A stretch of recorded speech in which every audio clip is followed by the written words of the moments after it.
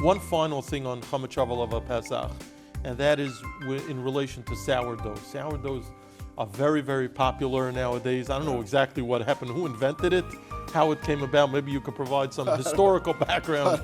I don't know, 10 years ago we never heard of it. Never heard of it. Today, wherever you go, it's sourdough this and sourdough that, and people are making sourdough in their houses and selling it, which is another topic. There's the starter of the sourdough, which is real sa'ar, it's real chametz. It's mamish sa'ar, yeah. How do you handle sourdough as in relation to Pesach? Could you not have sourdough afterwards? Is it something that people could sell and still use? Right.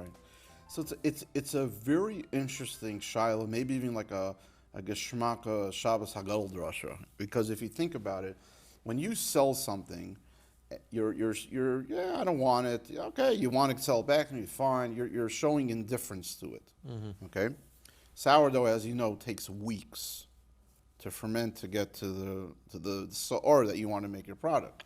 On a kashrus aspect, therefore, when you want to hurry things up, so one of the tricks is you throw in something like grape juice, or something that will give it, to ferment quicker. That's a kashrus. We're not talking about kashrus today. Obviously, we're focusing on the Chametz Shavuot Pesach thing.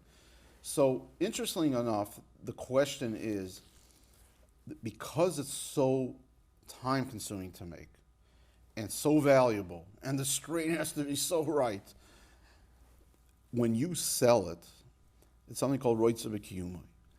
You really don't want to. You don't want the guy to come and say, "Okay, thank you very much. Here's whatever it costs, $500 for that sourdough. I'll see you next year." So inside Chazal, there's a sugya called roitza b'kiyumai. It's not so simple.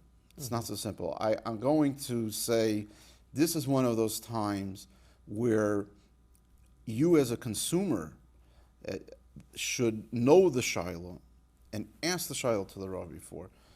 I won't paskin for Klal Yisrael. I'm not roy for that, but I can at least tell you the shilohs. Roitza b'kiyumai on sourdough is a real scenario that one has to think about. Does the person really have in mind to sell it? So, great shiloh. I think that's something that one should ask the Rav. Saying the answer is too complicated for this forum. Yes. But it's definitely something that people have to keep in mind. Right. And it's a relatively new shiloh, right? New shiloh. Something that in past years people, do you even remember being asked about it? No. But now that sourdough is prevalent. Sourdoughs that they made in the bakery once a week that, sold out half of it, when we were growing up. No, I don't know. Maybe COVID related that people started, in general, the way we were eating has changed drastically due to COVID because people they were home a lot and they started playing with various ideas. The chefs among us came out. And this is somewhat that took off.